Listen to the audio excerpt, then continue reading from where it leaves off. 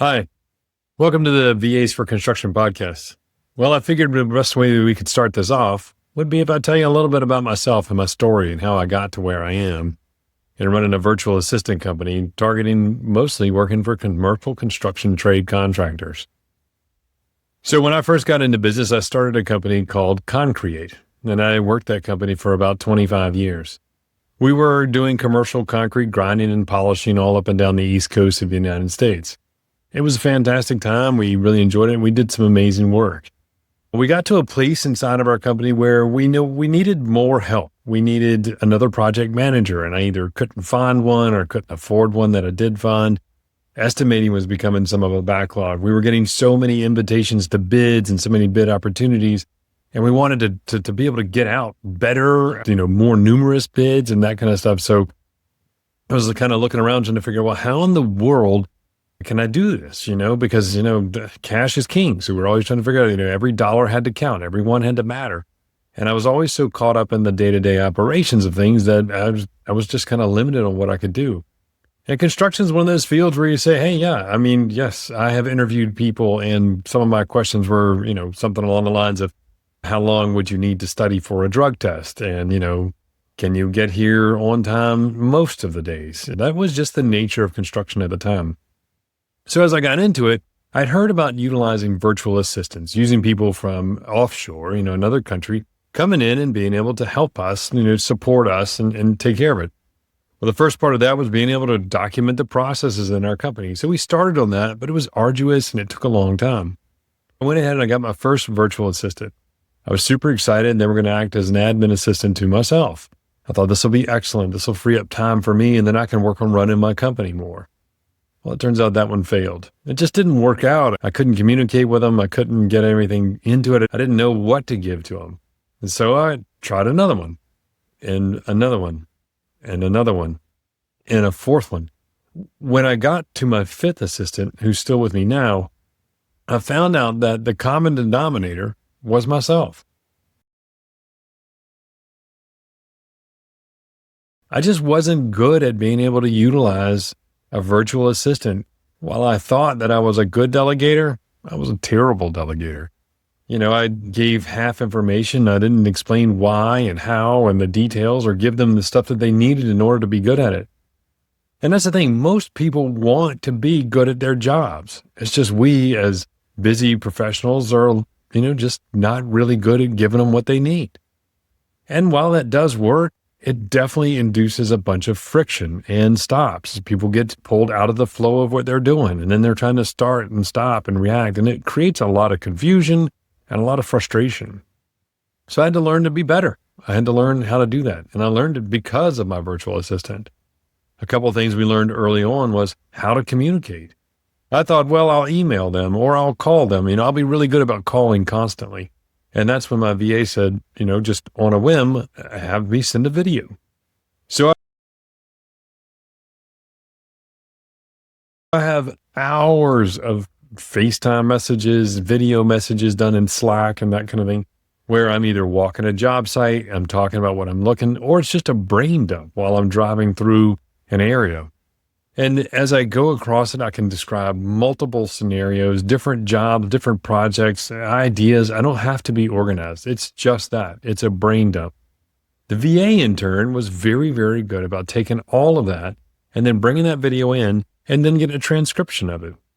That's easily done now with AI. It can even be translated and key facts can be pulled out of it. At any rate, she was really good at being able to take that information and extract it from the transcription and from the video. What was better was she could see what I was talking about when I was out on job sites or I was showing her different things that I'm working on. She could see my facial expressions, my body position, all the kinds of different information that I wasn't realizing she wasn't getting. So we did that and it worked out really well. And then I learned another thing. I don't like to get videos. It turns out that I like to deliver the information that way, but I don't like to receive it that way. And my VA was very good about saying, hey, however you want it, just tell me. That's the way we're going to send you information. And so that's what we started doing. And it worked really well. We grew. It took some growing pains. We learned different hacks and tricks and ways to do it. But we started getting there, and I could see where this momentum was really going to take off and just expand on what we could do. It made us operate better as a company, in fact, because we had to learn to delegate to somebody that we couldn't cheat with, if that makes sense. And so we got better. We documented processes, and the VA actually documented the processes for us, which was fantastic because we just didn't have the time or the bandwidth or the expertise. And so we built on that. People started to notice. We started getting projects out a little bit different. We started getting information. They were saying, hey, you've got a new employee. Who is that? And then it became a scenario where people were coming and saying, hey, I would like to get a virtual assistant. I want to have what you have. Can you get one of those for me? And that spawned the business, VAs for construction, virtual assistants for construction companies. We specifically look for commercial contractors, subcontractors, and some GCs, and we put these VAs in them. Why do we choose commercial construction? Well, it's what we know. That's the business that I came from. So it makes sense that I would, go into that. That's where I have domain knowledge. That's what I understand. I know what the pains of running one of these companies is like. I know what the problem areas are. I know the points of friction that we run into. So it made sense that I would be there. But why does a VA make sense for commercial construction? Because so much of it is process driven. Whatever the trade you're doing as a subcontractor, you're still going to have a set of things you have to do. You're going to get invitations to bid. You're going to have bid invites. You're going to submit proposals. You have to turn in certificates of insurance, W-9s, all kinds of different things that they all follow the same process, uploading things into whatever project management or billing software they're using, whether it's Procore, GC Pay, Textura, whichever it is. There's always that scenario where you're putting in AIA billing. It's a pretty consistent method. If in fact, if you do everything with an AIA bill, you can turn it into whatever billing you need it to be because all the information they would need would be there. Insurance requirements, all of these things came in and they were ubiquitous across all trades, but it was all part of commercial construction. Now we do work with residential contractors for sure, and much of them are process driven as well. And we've learned how to do that along the way. But commercial construction was what we started with, and it's kind of where our heart lies. We don't typically work for, you wouldn't find me having a client that's a dentist or an orthodontist or an eye doctor. I do know people that do that, and I'm happy to refer you because we want to be doing what we know we're good at, and we want to spend time doing it. So what exactly is a virtual assistant? Well, people in this day and age think that I mean an AI person. And while we use a lot of AI in the stuff that we do, and we train our people for the uses of both AI and automation, a virtual assistant is a real person, just not in your office. In fact, I have contractors, and one of their things is like, Chad, you don't understand, we're not a virtual company. Well, do you have people in the field? Absolutely. Then you have remote teams. And whatever we're doing with those remote teams and whatever we're doing with the virtual assistant is going to make it better for both. So they are actually a remote company. They just didn't know it at the time. So the virtual assistants, the other thing people think is like, we're going to pay them $2 an hour. That is definitely not the case. And also, what if they have an accent? Will I be able to understand them? All of our virtual assistants speak really good English, have minimal, if any, accent. And no, not all the smart people live in the United States. Thank goodness. But no, we're talking about a college educated, strong candidates, people that have a good understanding, experience in construction or in project management. Some of them have been project engineers, project managers. They have engineering degrees. They have material science degrees. They have admin, business admin degrees. And we tailor each of those to whatever the situation is. We recruit specifically for each position that we're trying to fill. And we do that because we want to make sure that we're finding the right person for each of our clients. We only do full-time virtual assistants. And why is that? Because it makes it much easier for us to recruit and retain really good people. We want to know that they have consistent employment, and that builds the bridge. Now, we do have redundancies in place. If somebody needs to leave or they get a really good opportunity and they need to go, then we want to be able to have that flexibility, just like any other employee. So we build all of our systems around redundancy. We have documented processes. We put them in place. We do team agreements. We do all kinds of different things to make sure that if anything happens, we can and do replace people as necessary. It's rare, but it happens, and we have to plan for that, just like you would for any other employee in there that you have. But how do we use them and how do we manage them? Well, we all know the trouble of trying to run a construction company or anything in commercial contracting in general. There's so many moving parts. There's so much day-to-day firefighting that you just kind of get lost in the battle or you're winning battles, but you're losing the war. You're trying to get in there and you try to get to the end of the month and then figure out if you made money. Did you get the billing in on time? Can you get things done? So part of this I got into as well was I started doing coaching, and I became a working genius certified coach. Now that sounds lofty, but what it really means is it's done by Patrick Lencioni, and their program says that we all have 6 kinds of work that we have to do. And there's 2 kinds that we draw energy from and we get really excited about. The kind of things we could disappear into and come home late just because we were into what we were doing. There's 2 kinds that we're competent at. We can do it, and we can do it for a little while, but we don't love it. If I had to do it, I'll do it because who else is going to do it? And then there's 2 kinds of work that just suck the energy out of you. This is the kind of thing that you go in the morning super excited, and then you find out you have to do this, and by lunchtime, you're just like, oh. So what we want to do is we want to utilize virtual assistants in a way that allows us to move somebody away from the work that pulls energy away from them and spend 80% of their day in the work that they love and that they're good at. This does a couple of things. If you're doing what you love and you're good at doing it, you're going to be able to produce better results. And it becomes a retention tool because people don't leave jobs that they love. They will stay because they're enjoying what they're doing. They stay because their job description now actually matches the job that they're doing. I mean, how many times have we had superintendents who are in the field and we try to turn them into a clerk or a clerical person? They didn't become superintendents because they were like, hey, I really love accounting. I bet superintendent is what I should be. Project managers they want to build things. They want to be on site. They want to run crews. They want to keep things moving. They want to remove obstacles for people. They don't want to have to worry about the billing being filled out correctly, or did we send a certificate of insurance? And, has a W-9 been in there? That's the kind of thing that we can offload onto virtual assistants. And it makes the company run better. It makes the people happier. It makes people less likely to leave. And then they can also spend their time, their thought calories, I call it, being able to actually do the job and find out if there's ways they could do the job better. That would be fun too. So when we do put virtual assistants inside of companies, and a lot of times we'll put one and then it'll expand into a second or even a third on up through the teams, because we can support one virtual assistant can support multiple project managers or multiple superintendents. They can also support multiple estimators.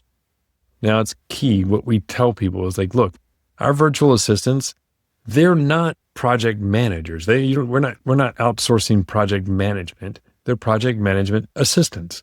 And so a lot of times this might be a role you would think of as maybe a project engineer in a large GC company, but they're not the ones that have the deep expertise in that particular project or the running of your company, but they're project assistants.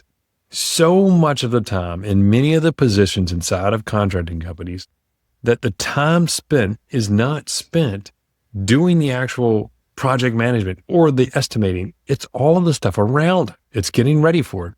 Take estimating, for example. We all get hundreds of emails, saying, we'll do your estimating for you. So what we think of is we think of estimating as a timeline. 0 being you've got an invitation, a bid that shows up in your email, or somebody told you, I think I might have a job you'd be a good fit for. 10 is we have a signed contract that's been approved by everybody. So between those areas lies the estimating process.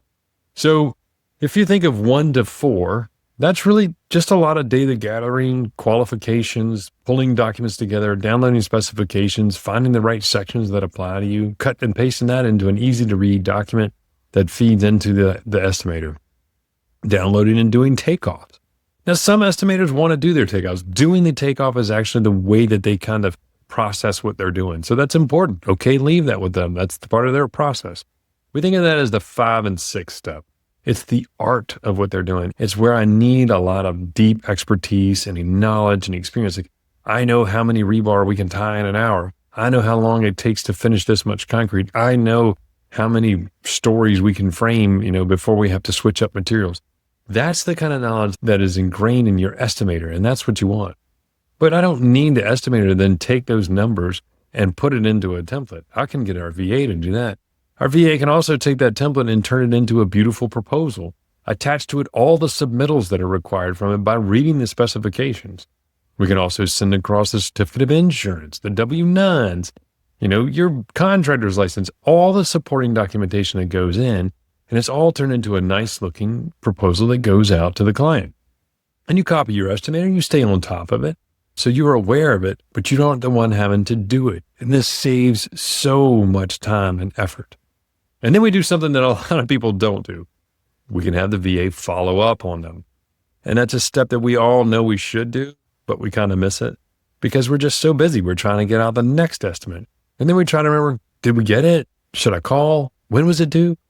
And so that's a great thing that the VA can do. Follow up on them, monitor for RFIs, create and submit RFIs if that's necessary. And then follow up. When is a decision supposed to be made?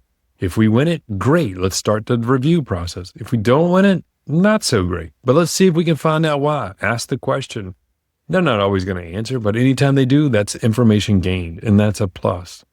Once the contract comes in, then we can do some initial review. There's always things you're going to look for. Are they requesting bonds? There's lots of things that you can do that you can review utilizing the VA and some AI tools as well. Just searching it out. The first pass, comparing the scope of work to the contract that came in, the schedule of values, all of that can easily be done by a VA with very little time and training. Once that's done, we can create a summary doc and then submit that to the estimator or whoever is the right one to review the actual contract. If everything looks good, fine, approve it. Let's close this deal. If there's some going back and forth that needs to be done, then you can actually utilize the AI to generate drafts of documents that you want to send back and forth or the email chains and those kind of things. We even use VAs in conjunction with AI in order to help negotiate the contracts as well, finding them and then pointing to them and marking up items in an easy way that makes it both conducive to the general contractor in our case or whoever the bidding party is, and ourselves so that things go faster. Then once it's all done and then we get a signed contract, the estimating admin can also create a turnover sheet. That hands over to project management. It's a complete set of data, the drawings, the specs, the information, everything that you would need in order to go ahead and start the project. From there, sometimes that VA is the project admin. Sometimes they are not. It's separate. It passes to another group and goes into operations. There's a lot of chasing of documentation, a lot of looking up things, following schedules, adjusting schedules, checking weather, checking shipments, checking timing of all kinds of things, chasing down subs, getting subcontracts. These are all types of activities that, while directed by a project manager with great experience, don't have to be done by a project manager with great experience. The project admin can do this in a great way and to pull out a lot of detail and then follow a process, document everything, create folder structures, file structures. All the kinds of things we would do on our best day becomes the process that's followed by our VAs. So virtual assistants have a lot of value, and there's many roles that we put them in, but they're all in and around the operational side, scheduling side, and getting the work done. That's what we're trying to do. We want to relieve work off of our revenue generating and revenue creating roles. We want to have everybody operating and working at a dollar value that matches or exceeds what they're paid. We don't want a $100,000 a year employee doing, $30,000 a year work. We want them doing $150,000 a year type of work and then try to hold them off of that raise for as long as possible. But that's the whole point of what we do with virtual assistants. We try to get work off of people that are overloaded and over capacity. And we do that in a lot of different ways. So it's tough to start with one of our VAs. There's ways and channels that we have to put in. And we've learned through a lot of mistakes in the early days of trying to get this going. And you don't have to go through those. We've already kind of figured that out, and we can adjust it to the way that you work best. We do personality testing in many cases to make sure we know exactly what you like. Sometimes you don't even know until you get it, but that's okay. We're going to review that. We're going to get it set up as it goes into it. So working with us is a great way to kind of build capacity, and it's turn on, turn off capacity. We're a vendor that comes in with one bill, but as you have it, we become a part of your team, a remote part of your team. And our VAs are not out on an island. Our VAs are supported by our whole team of other VAs as well as our staff. So whenever they have a question, they can get into it. We can go to manufacturers, we can go to vendors, we can go to software trainings. We can pull that information in because this is an additional capacity to your team at this point. Need an in-house expert on Procore? Absolutely. We can get a person with the right traits and the right skill sets, and then we can put them through detailed Procore training. You may find out that you've got a whole lot more access to things in Procore than you even know about. But now you're not going to be bogged down with the administrative layer of it. We can set up different tools and different ventures of ways to get information from the field, from your office, and into the Procore or into Buildertrend or wherever it is that you needed to get to. Moving of data, moving of information is one of the key strengths of a virtual assistant. In fact, if it can be done on a screen, our virtual assistants can do it. And now with the implementation of AI, they're starting to be able to do more even faster. So that tells you a little bit about what our virtual assistants do. So if you would like to hear more about it, absolutely drop me a line and let me know, or comment on the video if there's other questions you'd like to see me answer. Thanks.